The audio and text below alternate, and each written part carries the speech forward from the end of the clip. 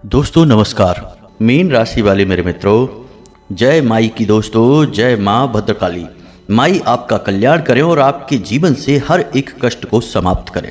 जी हाँ दोस्तों, आप सभी का स्वागत है आपके अपने YouTube चैनल पर एक खास कार्यक्रम के साथ। आज का कार्यक्रम इतना खास है जैसा कि आपने अब तक न देखा होगा और ना ही सुना होगा। जी हाँ दोस्तों, आज हम आपको कुछ ऐसे गहरे गूढ़ और आपके जीवन से जुड़े हुए बेहद ही आवश्यक बातों के बारे में बताएंगे जो आपको जानकर बेहद ही आश्चर्य होगा। जी हाँ दोस्तों, जैसे कि आपने देखा ही है कि किसी भी एक भगवान को आप चुनेंगे और हम आपके जीवन के बारे में बताएंगे कि आपका स्वभाव कैसा है, आपके जीवन में किस प्रकार की परिस्थितियां चल रही हैं और आपको जीवन में कितनी उन्नति मिलेगी, कितना पैसा मिलेगा, कब शादी होगी, पढ़ाई लिखाई कितनी होगी और इस सबसे बड़ी बात कि आपका भाग्योदय कब होगा और कौन से ऐसे विशेष उपाय हैं जो आपको अवश्य ही करने चाहिए यदि आपको अपने जीवन में सुख, शांति, प्रेम, धन दौलत सब कुछ चाहिए। दोस्तों याद रखना कि हमारे जीवन में हम जो भी कुछ हासिल करते हैं, जैसा भी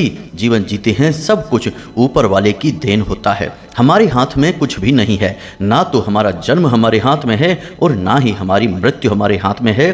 बीच में जो हमारा जीवन बचा रहता है यह तो केवल एक भ्रम मात्र है कि सब कुछ हम ही कर रहे हैं, लेकिन असल में करने वाला तो कोई और ही है जो हमारे माध्यम से तरह तरह की लीलाओं की रचना कर रहा है। जी हाँ दोस्तों, यह हम नहीं कह रहे हैं, यह श्रीमद् भागवत पुराण कहती है कि इस संसार के हर एक जीव में, हर एक पदार्थ में, हर एक वस्तु में वह परम ब्रह्म ही प्रकट होता है और अपनी लीलाओं को रूपांतरित करता है। तो आप जिस भी भगवान की पूजा करते हैं, यानी कि उस ईश्वर के, उस भगवान के जिस भी रूप के प्रति आपके मन में भाव है, श्रद्धा है, जिनकी आप दिन रात नाम जपते हैं, पूजा पाठ करते हैं, उन्हीं भगवान को आपको चुनना है। अब आपने जिस भी भगवान को चुना, मानकर चलिए कि हमारी लिस्ट में आज 5 भगवान दिए गए हैं, जिनमें सबसे पहले भगवान भोलेनाथ, फिर हनुमान जी, फिर महामाई माँ भद्रकाली, उसके बाद राधा कृष्ण, उसके बाद राम जी यानी कि हमारे प्रभु श्री राम। इनमें से जिस भी भगवान के प्रति आपके मन में भाव है, श्रद्धा है, आदर है, आप उन्हें चुनिए। हम आपको इसका एक बहुत ही विशेष और बड़ा गुप्त कारण बताएंगे कि आपके मन में इन्हीं देवता के प्रति भाव क्यों है, क्यों आप इन्हीं का दिन रात नाम लेते हैं और आप इनका मनन करते हैं। दोस्तों वीडियो बेहद ही रहस्यमयी है और शास्त्रों में छुपे हुए गुप्त ज्ञान की गहराइयों से निकल कर आया है। बड़े ही विचारों के बाद, बड़ी ही मेहनत के बाद हमने यह वीडियो आपके लिए तैयार किया है। यदि आप इस तरह के महत्वपूर्ण वीडियो को नहीं देखेंगे तो निश्चित ही जीवन में चोट खाएंगे, परेशान रहेंगे। याद रखना दोस्तों कि जीवन में आप चाहे कुछ भी हासिल करें या फिर ना करें, लेकिन एक चीज है जो आपको हमेशा अपने कब्जे में रखनी चाहिए, जिस पर आपका पूरा हक है, आपका दावा है, और वह है भगवान की भक्ति, उनके प्रति आदर भाव। तो बस यदि आप इस चीज पर अपना पूरा हक जमाते हैं और पूरी मेहनत से, पूरी दावेदारी के साथ इस पर कब्जा जमा कर रखते हैं, तो निश्चित ही भगवान आपकी हर एक समस्या में कहीं ना कहीं आपके साथ ही खड़े दिखाई देंगे। ऐसा हो ही नहीं सकता कि भक्त प्रेम से भगवान को पुकारे और भगवान अनसुनी कर जाएं। यह नामुमकिन है दोस्तों। तो उम्मीद है दोस्तों कि आपको हमारी सारी बातें समझ में आ रही होंगी। अब चलिए आज के इस महान ज्ञानवर्धक और बेहद ही रोचक और अद्भुत कार्यक्रम की शुरुआत करते हैं। लेकिन इससे पहले आपसे एक ही निवेदन है कि माई को आभार अवश्य व्यक्त करें। तो माई को आभार व्यक्त करने के लिए कमेंट बॉक्स में एक बार नहीं 3 बार लिखना, जय माँ भद्रकाली। माई की आपको पूर्ण कृपा प्राप्त होगी। अब दोस्तों बड़े ही प्रेम के साथ, आदर के साथ हम आपको एक सूचना और देना चाहते हैं। जैसा कि आप जानते हैं या शायद आपको नहीं पता होगा कि 2 जून को यानी एकादशी तिथि ज्येष्ठ माह कृष्ण पक्ष विक्रम संवत 2081 को माँ भद्रकाली महामाई का दिन है, यानी कि माँ भद्रकाली की जयंती है। और इस दिन हमारे यहाँ धाम पर विशेष अनुष्ठान और यज्ञ हवन आदि करवाए जाते हैं। तो वैसे तो हम छोटे से अनुष्ठान में आपसे कहते ही हैं कि आप अपना नाम, स्थान और अपनी समस्या लिखकर भेजिए, हम आपके नाम की अर्जी लगा देंगे। लेकिन यह जो अनुष्ठान है यह वर्ष में एक बार होता है और माई के लिए समर्पित है। इस दिन माँ खुले दिल से सभी को प्रेम और आशीर्वाद देती हैं। तो यदि आप इस अनुष्ठान में भाग लेना चाहते हैं तो विशेष जानकारियाँ आपको डिस्क्रिप्शन में दी गई हैं। संपर्क करने के लिए व्हाट्सएप नंबर भी डिस्क्रिप्शन में दिया गया है। आप कॉल ना करें क्योंकि कॉल पर बात कर पाना असंभव है। हजारों लाखों फोन फ़ोन आते हैं, आप केवल व्हाट्सएप करें। और सबसे महत्वपूर्ण बात कि दोस्तों, यदि आप इस अनुष्ठान में भाग लेना चाहते हैं तो थोड़ी सी सहयोग राशि आपको देनी होगी। मात्र 10 रुपये से लेकर फिर आपका जो भाव है वह आप करें। इतने से हम इस अनुष्ठान में माई के दरबार में आपके नाम से नारियल समर्पित करेंगे और एक चुनरी भी समर्पित कर देंगे। साथ ही साथ विशेष हवन में हम आपके नाम से आहुतियां करवा देंगे। यह बहुत ही खास अनुष्ठान है मित्रों, इसे बिल्कुल भी जाने मत देना। जल्दी से जल्दी आप अपना स्थान नियत कर लें। अब सहयोग करने के लिए आप वीडियो में दिए गए QR कोड का प्रयोग कर सकते हैं या फिर डिस्क्रिप्शन में दिए गए नंबर में आप फोन पे, गूगल पे या फिर पेटीएम, जैसे भी आपको उचित लगे, सहयोग राशि आप दान कर सकते हैं। यह आपके द्वारा दी गई राशि आपके ही हित और कार्य में प्रयोग कर ली जाएगी। हम तो माई के तुच्छ सेवक मात्र हैं, केवल माध्यम बनकर जनहित में माई का ही कार्य कर रहे हैं। तो यदि आपको सारी बातें समझ में आ गई हो तो आप विचार कर लीजिए, क्योंकि अभी समय तो लंबा है लेकिन तैयारियां भी बहुत सारी करनी होती हैं। दोस्तों, यह बहुत ही खास और हमारी तो माँ का अनुष्ठान है, इसमें हम तो तन मन धन से लगे ही हैं। दोस्तों, हम पहली बार आपसे अनुदान राशि के बारे में बोल रहे हैं। अब केवल 10 रुपये देकर भी आप अनुदान करके अपना भाग यहाँ पर निश्चित कर सकते हैं। बड़े अनुष्ठानों में लागत लगती है और आप जानते ही हैं कि हम जैसे सेवकों के पास इतनी धन दौलत नहीं होती कि हम बड़े अनुष्ठान करवा सकें। छोटे मोटे अनुष्ठान तो हम माई की दया से कर लेते हैं। तो इसके लिए आपसे हम कह रहे हैं, यदि आपका भाव है तभी आप आगे आएँ। यदि आपके मन में शक और वहम है तो आप बिल्कुल भी आगे ना बढ़ें, बिल्कुल दूर रहें, क्योंकि यहाँ प्रेम, भाव, श्रद्धा की आवश्यकता है। वहम, शक और नकारात्मकता की यहाँ कोई आवश्यकता नहीं। यह माँ का दरबार है, माँ का आंचल है। उम्मीद है दोस्तों आपको हमारी सारी बातें समझ में आ गई होंगी। तो चलिए दोस्तों आगे बढ़ते हैं। अब मानकर चलिए कि आपने भगवान भोलेनाथ को चुन लिया है, तो सबसे पहले हम आपको बताते हैं कि आप जिस भी देवी देवता को चुनेंगे तो उसके पीछे का कारण क्या है। अब हमारे हिंदू धर्म में स्पष्ट तौर पर लिखा है कि इंसान का जो जन्म है वह एक बार नहीं, कई बार पिछले कई जन्म प्राप्त करता चला आ रहा है और कई प्रकार के कर्म और कुकर्म का हिसाब किताब वह अपने प्रत्येक जन्म में भोगता है। इसी प्रकार दोस्तों, हर जन्म में इंसान किसी न किसी विशेष देवी देवता की पूजा आराधना करता है। अब यदि इस जन्म में आपका किसी विशेष देवी देवता के प्रति आकर्षण है, भाव है, तो निश्चित ही यह रिश्ता पिछले कई जन्मों का है। हो सकता है कि आपने किसी पिछले जन्म में बहुत अधिक अनुष्ठान किया हो, किसी देवी देवता का बहुत अधिक भक्ति की हो और इस जन्म में आपको उस देवता को देखते ही मन में भाव उत्पन्न होने लगते हैं, प्रेम उमड़ने लगता है। दोस्तों, याद रखना कि हमारा भौतिक शरीर अवश्य ही कुछ नहीं जानता इस संसार की सच्चाई के बारे में। केवल इतना जानता है कि हमारा जन्म होता है और मृत्यु होती है, इसके आगे पीछे का कुछ भी नहीं पता है। लेकिन हमारी जो आत्मा है या आत्मिक शरीर है वह सब कुछ जानता है, जन्म जन्मांतर की यात्राओं को पूर्ण करता चला आ रहा है। तो उसे सब कुछ ज्ञात है कि आपने पिछले जन्म में किस देवता की पूजा की थी और उससे पिछले जन्म में कौन सा अनुष्ठान किया था, किस भाव के साथ, किस प्रकार से आपने भक्ति की थी।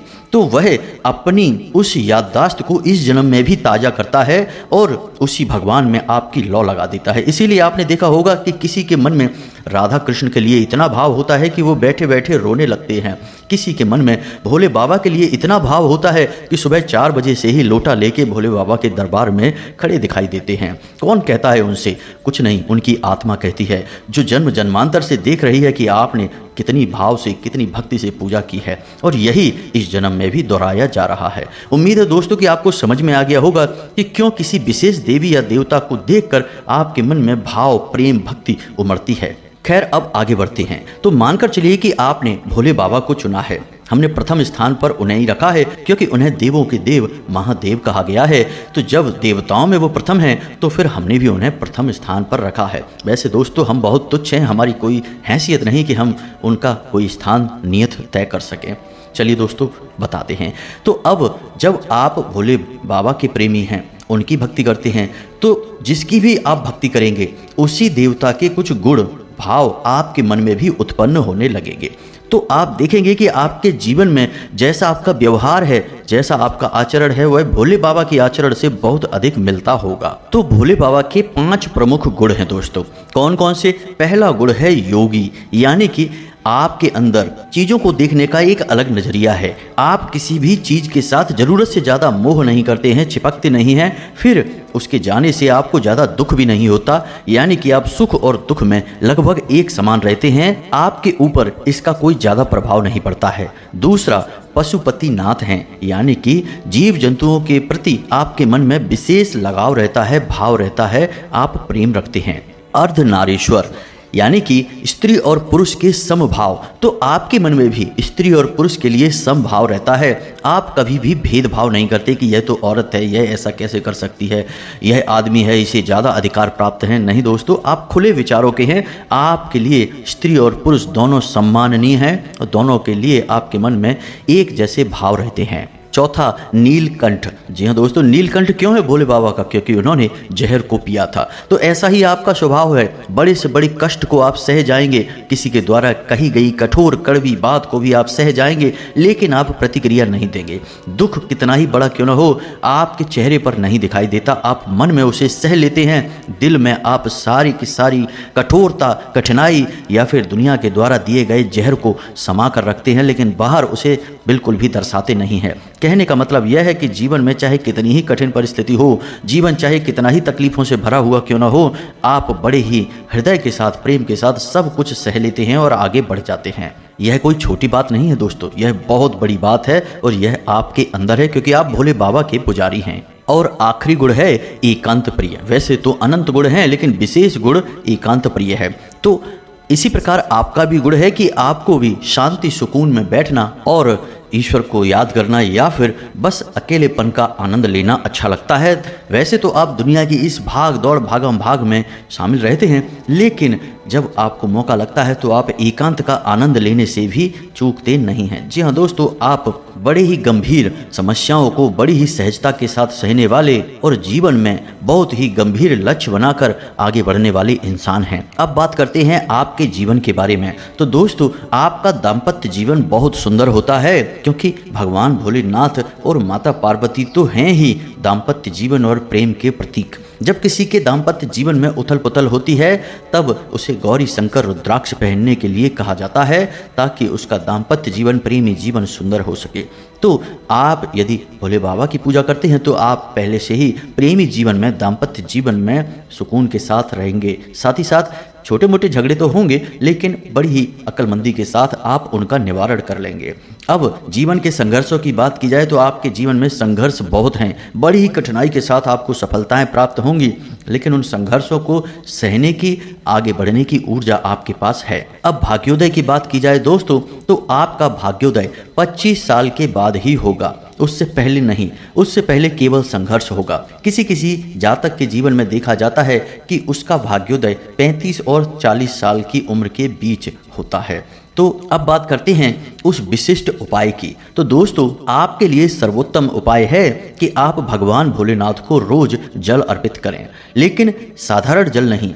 आप जल में थोड़ा सा गुड़ अवश्य मिला लें और थोड़े से काले तिल भी अवश्य मिला लें। अब यदि आप रोज जल अर्पित नहीं कर सकते हैं तो कम से कम सोमवार के सोमवार तो अवश्य ही जल अर्पित किया करें। सोमवार के दिन आप व्रत भी रहें, आपके लिए बेहद ही भाग्यशाली होगा। याद रखना दोस्तों कि आप न केवल इस जन्म में बल्कि पिछले कई जन्मों से भोले बाबा की पूजा करते चले आ रहे हैं। तो आप यदि इस जन्म में भी भोले बाबा की पूजा को साध लेंगे, यानी कि उठा लेंगे, तो फिर आपको बहुत बड़े लाभ प्राप्त होंगे। जन्म जन्मांतर के पुण्य आपका इंतजार कर रहे हैं। बस जरूरत है तो आपको इस भाव को समझने की और मन में भोले बाबा की भक्ति को उत्पन्न करने की। एक और खास बात दोस्तों कि सावन के जो दिन होते हैं उन्हें आप भूल कर भी कभी मिस मत करना। हर दिन भोले बाबा को जल अर्पित करना, क्योंकि यह वे दिन होते हैं जब भोले बाबा इस मृत्यु लोक पर वास करते हैं माता पार्वती के साथ। इस सृष्टि के संचालन का कार्यभार उनका ही होता है। तो ऐसे में जब आप भोले बाबा को जल अर्पित करेंगे तो आप उनके बेहद ही प्रिय होंगे। तो चलिए दोस्तों, यह तो थी भोले बाबा की बात। अब बात करते हैं हनुमान जी की। जी हाँ दोस्तों, बेहद ही चुलबुले, बेहद ही प्रेमी, बेहद ही शांति प्रिय, शक्ति और बुद्धि के दाता, अष्ट सिद्धि और नौ निधि के दाता श्री हनुमान जी। अब आपके मन में हनुमान जी के प्रति भाव है तो निश्चय ही आपने पिछले जन्मों में हनुमान जी की बहुत पूजा की है। आपके लिए सर्वोत्तम समाधान, हर एक समस्या का सबसे बड़ा निराकरण है हनुमान चालीसा। इससे बढ़कर कुछ भी नहीं है आपके लिए। जब भी आप जीवन में फंसे कहीं, जब भी आपको कष्ट हो हनुमान चालीसा का जाप करें।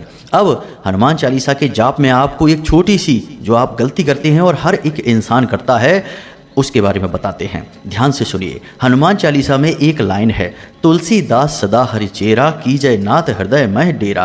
तो जब यह हनुमान चालीसा श्री गोस्वामी तुलसीदास जी ने लिखा था तो उन्होंने अपना नाम लिख दिया कि तुलसीदास सदा हरिचेरा कीजय नाथ हृदय मह डेरा।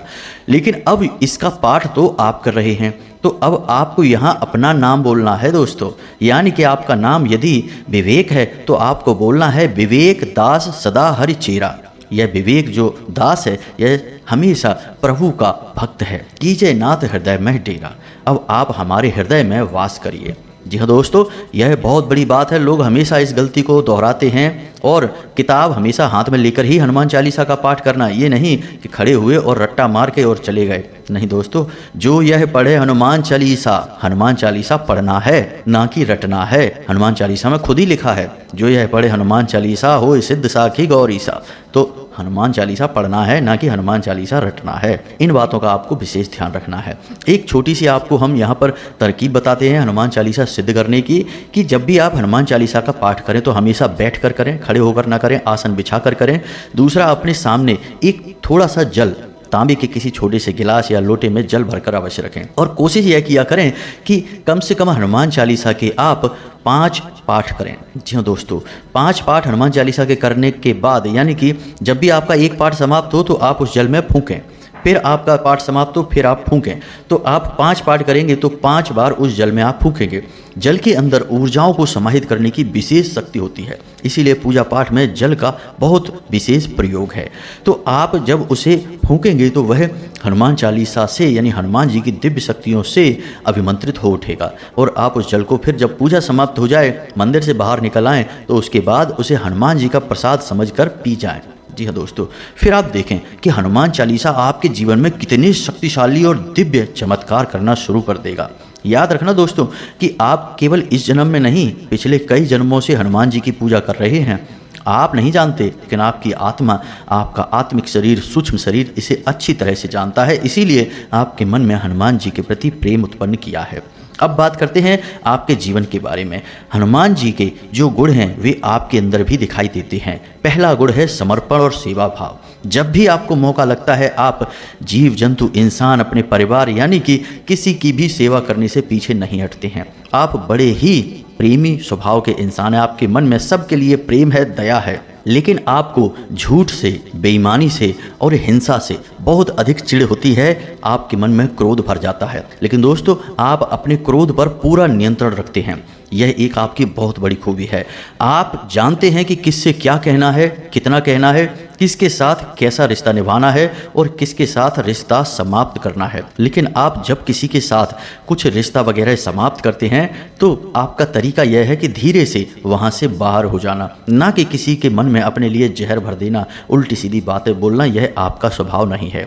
अब आपके अंदर कुछ और गुण हैं जो विशेष तौर पर देखे जाते हैं।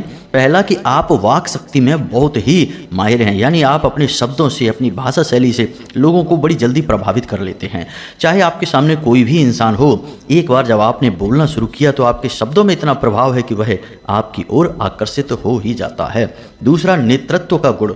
यदि आपको किसी ऐसे क्षेत्र में भेजा जाए जहां आपको लीडरशिप दिखानी है तो आप बड़ी ही खूबी के साथ नेतृत्व करते हैं और सफलता हासिल करते हैं। तीसरा कि जब आपके सामने कोई समस्या आती है तो आप बड़ी ही बुद्धिमानी के साथ उस समस्या से निपटना चाहते हैं।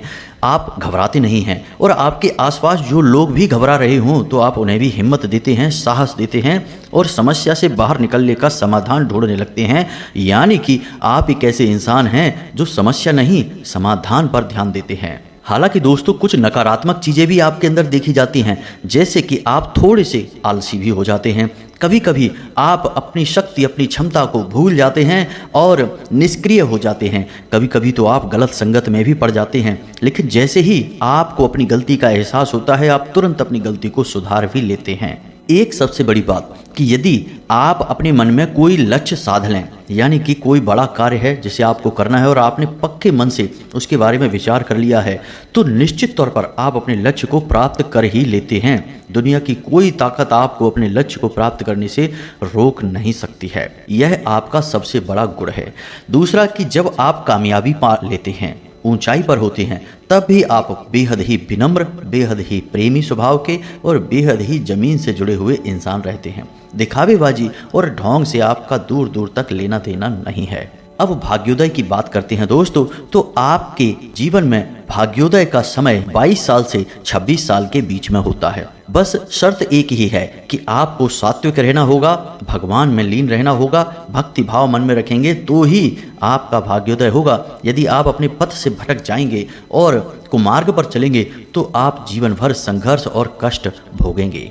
अब दाम्पत्य जीवन की बात की जाए तो आपका दाम्पत्य जीवन थोड़ा सा परेशानियों से भरा रहेगा।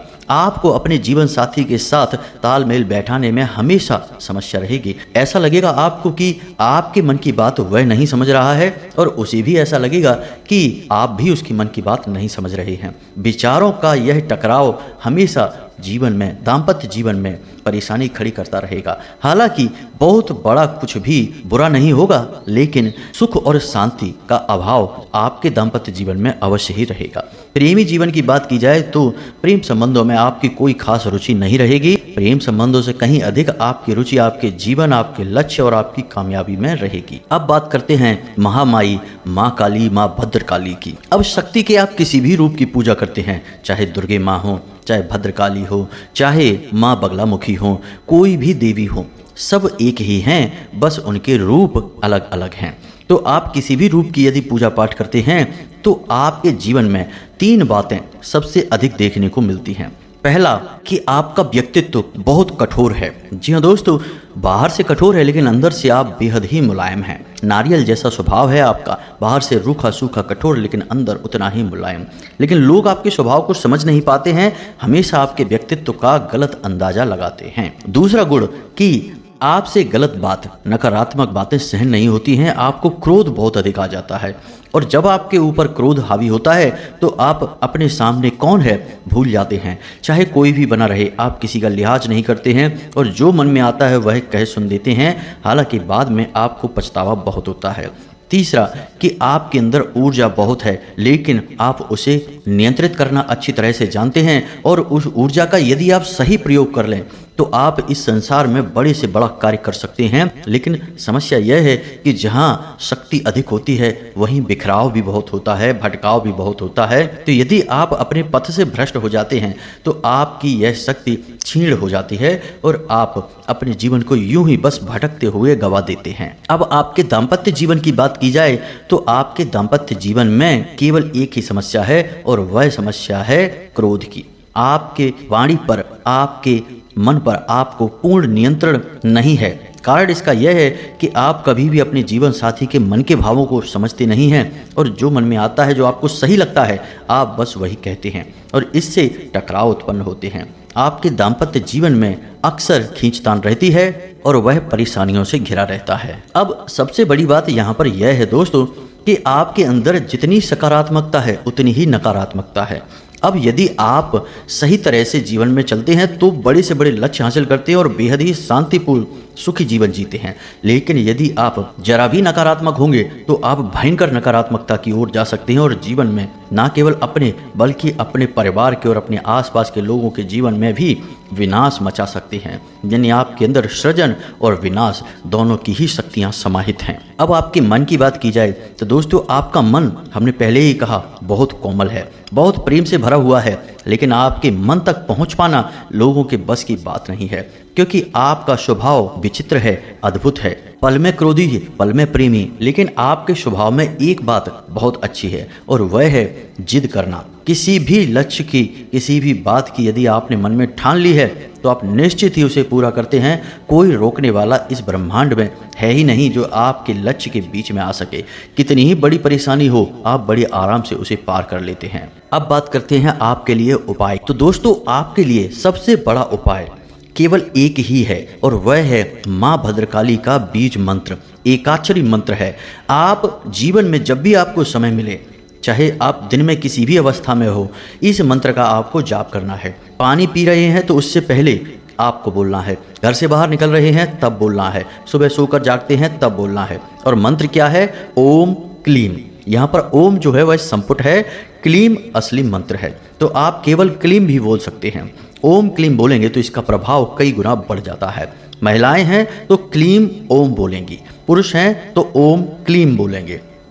जी हाँ दोस्तों, आप बस इस मंत्र को बोलेंगे और आप देखेंगे कि आपके अंदर गजब की सकारात्मक ऊर्जा भरने लगी है और आप अपने लक्ष्य को और अपने जीवन को किस तरह संवारते हैं और किस तरह खूबसूरती के साथ आगे बढ़ते हैं कि यह दुनिया देखकर दंग रह जाएगी। एक यही तो खूबी आपकी बहुत अद्भुत है कि आप चमत्कार करने की क्षमता रखते हैं। यानी कि आज आप यदि सड़क पर हैं, बिल्कुल ही कंगाल हैं, तो कुछ ही दिनों की मेहनत और लगन के साथ आप करोड़पति बन सकते हैं। लाखों करोड़ों के आपके काम धंधे व्यापार हो सकते हैं।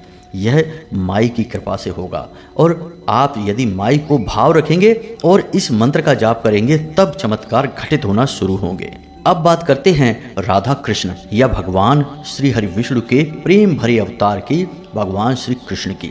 भगवान श्री कृष्ण की यदि आप पूजा कर रहे हैं तो निश्चित तौर पर आपके अंदर भगवान श्री कृष्ण के गुण उत्पन्न हो जाएंगे। आपके एक से अधिक प्रेम संबंध रहेंगे। कई महिलाओं के साथ आपके संबंध रह सकते हैं।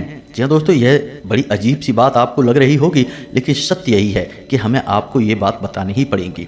दूसरा कि आप जब दाम्पत्य जीवन में होंगे तो बड़े ही निष्ठा के साथ आप अपने दाम्पत्य जीवन को निभाएंगे। अपने जीवन साथी का आप बहुत सम्मान करते हैं, उसकी हर एक बात आपके लिए मायने रखती है।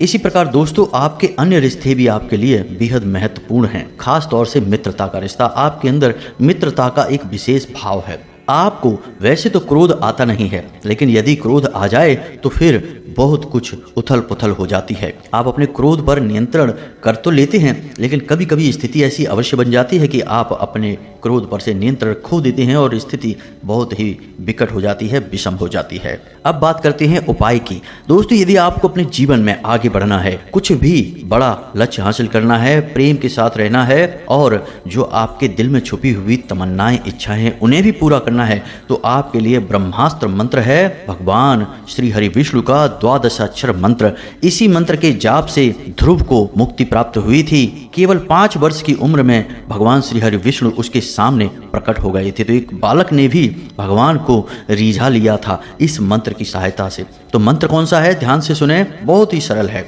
आपने इसे कई बार सुना होगा, फिर से सुने। ओम नमो भगवते वासुदेवाय नमः। यह बड़ा ही सरल मंत्र है, लेकिन इसे महामंत्र कहा जाता है। इस मंत्र का जो इंसान जाप कर लेता है, उसे सारी नकारात्मकताओं से मुक्ति प्राप्त होती है और वह सद्गति को प्राप्त कर लेता है। सबसे बड़ी बात कि वह नारायण का बेहद प्रिय हो जाता है। उसे काल फिर छू भी नहीं सकता, यानी नकारात्मक शक्तियां उसका बाल भी बांका नहीं कर सकती हैं। अब आप इस मंत्र का जाप कैसे करेंगे? सुबह सोकर जागें, 7 बार इस मंत्र को बोलें। घर से बाहर निकलें, इस मंत्र को बोलते हुए निकलें। जब भी किसी जरूरी कार्य के लिए जाएं, इस मंत्र को बोलते हुए जाएं। अब जब आप शुद्ध अवस्था में हैं तब तो आप इसे उच्चारण करके बोलें, लेकिन यदि आप शुद्ध अवस्था में नहीं हैं तो आप इसका मानसिक जाप करें। जी दोस्तों, इसका उच्चारण ना करें। जैसे आपने जूते पहन रखे हैं या आप घर से बाहर हैं और किसी ऐसे माहौल में हैं जहाँ शुद्धता नहीं है, तो आप केवल इसका मानसिक जाप करें, इसका मुख से उच्चारण ना करें। इसकी पवित्रता का आपको विशेष ख्याल रखना है दोस्तों। दूसरा कि आपको गुरुवार के दिन पीली वस्तुओं का दान करना बहुत अधिक आवश्यक है, बहुत लाभप्रद रहेगा। यानी कि आप छोटी कन्याओं को पीले रंग का कुछ भी खाने के लिए दे सकते हैं, कोई मिठाई दे सकते हैं, पीले रंग का कोई रुमाल उन्हें उपहार दे सकते हैं।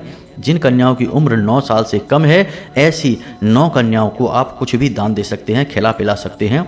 यह आपके जीवन में चमत्कार कर देगा। बस आप इन कार्यों को करिए।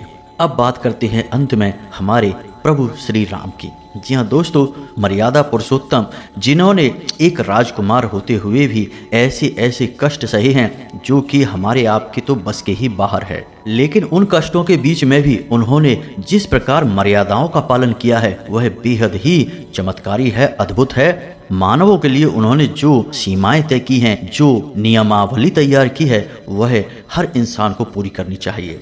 तो भगवान श्री राम की पूजा करने वाले के मन में भगवान के ही गुण उत्पन्न होने लगेंगे। यानी कि सबसे पहला गुण अपने परिवार, अपने पुरखे पूर्वज और अपने माता पिता के लिए बेहद सम्मान। जी हाँ दोस्तों। दूसरा गुण शांत स्वभाव। स्थिति चाहे कैसी भी हो, कोई चाहे कितना ही बुराई कर रहा हो, भलाई कर रहा हो, कोई ज़्यादा फर्क नहीं है, चेहरे पर बस एक मुस्कान है। तीसरा कि जीवन में चाहे कितने ही बड़े कष्ट क्यों ना आ जाएं, चाहे जीवन में कितनी ही खींचतान क्यों ना हो, लेकिन चेहरे पर एक मनमोहक मुस्कान है। अंदर मन में कितना ही घमासान क्यों ना हो, कष्ट कितने ही बड़े क्यों ना हो, लेकिन चेहरे से पता नहीं चल सकते हैं। तीसरा कि अपनी बात पर अडिग रहना। आपको हमेशा ऐसे लोग अच्छे लगते हैं जो अपनी बात पूरी करते हैं, और आप भी ऐसे ही हैं जो एक बार जिससे वादा करते हैं उसे पूरा करने के लिए दिलो जान से मेहनत करते हैं। फिर भी यदि आप उस वादे को पूरा न कर पाएँ तो उसकी आपको बहुत खेद होता है, उसकी भरपाई करने के लिए आप तत्पर रहते हैं, तैयार रहते हैं। अब आपके भाग्योदय की बात करें दोस्तों, तो आपका भाग्योदय बहुत ही कम उम्र में हो जाता है। यानी कि 17-18 साल की उम्र से ही आपके मन में दुनिया की संपूर्ण जानकारी को समाहित कर लेने का भाव रहता है। सब कुछ आप सीख लेते हैं और मन में आपके यह रहता है कि आप अधिक से अधिक सीख लें। पैसा कमाना आपके लिए बहुत ही साधारण सी बात है, लेकिन आपके मन में पैसे के लिए लालच, मोह नहीं रहता है। आप पैसे के लिए कार्य अवश्य करते हैं, लेकिन आपके लिए पैसे से ज़्यादा महत्वपूर्ण हैं भावनाएं, प्रेम, व्यवहार। लेकिन इसका मतलब यह नहीं है कि आप पैसे के लिए परेशान रहेंगे। आपके जीवन में पैसे का आना जाना बहुत कम उम्र से ही शुरू हो जाता है। लेकिन एक बात और है कि यदि आपने बहुत कम उम्र से पैसे का महत्व नहीं समझा, कार्य करना शुरू नहीं किया, यानी कि 23-24 साल की उम्र तक यदि आप स्थापित नहीं हो पाए, तो फिर आपके जीवन में ठहराव बड़ी ही मुश्किल से आता है। फिर लगभग 40 वर्ष की उम्र में आपको एक स्थायी व्यापार, स्थायी सफलता प्राप्त होती है। जीवन साथी की बात की जाए तो आपका दाम्पत्य जीवन बड़ा ही प्रेमी होता है, बहुत ही सहयोगपूर्ण जीवन साथी आपको प्राप्त होता है। आपका मन बहुत ही निर्मल है और आपके मन को आपसे जो प्रेम करने वाले हैं वे अच्छी तरह से समझते हैं, इसीलिए आपका सम्मान अलग ही है। जी हाँ दोस्तों, हर एक रिश्ते नाते में आपको लोग अलग ही अहमियत देते हैं, लेकिन जो आपको समझ नहीं पाते हैं वे आपके बारे में अनाप शनाप बातें भी कहने से पीछे नहीं हटते हैं, क्योंकि उन्हें पता है कि आप पलटकर कभी उनसे कोई एक शब्द बात भी नहीं कहेंगे, इसीलिए उनके हौसले बुलंद रहते हैं। आपके अंदर एक बहुत बड़ी कमी है कि आप ना कहना नहीं जानते हैं। कोई आपसे किसी भी प्रकार की मदद मांगे, चाहे कितना ही नाटक करे, ढोंग करे, मगरमच्छ के आंसू बहाए, आप सब कुछ जानते हुए भी उसे ना नहीं कह पाते हैं और आपका शोषण हो जाता है, दुरुपयोग हो जाता है। कहने का मतलब यह है कि आप कहीं ना कहीं भावनात्मक तौर पर कमजोर साबित हो जाते हैं। अब बात करते हैं आपके लिए उपाय की। यदि आपने प्रभु श्री राम को चुना है तो आपके लिए सर्वोत्तम उपाय राम का नाम ही है। दोस्तों, राम से बड़ा राम का नाम। राम का नाम लिखने से तो पत्थर भी तैरने लगते हैं और पुल का निर्माण कर देते हैं। स्वयं हनुमान जी कहते हैं कि प्रभु श्री राम से भी बड़ा है राम का नाम।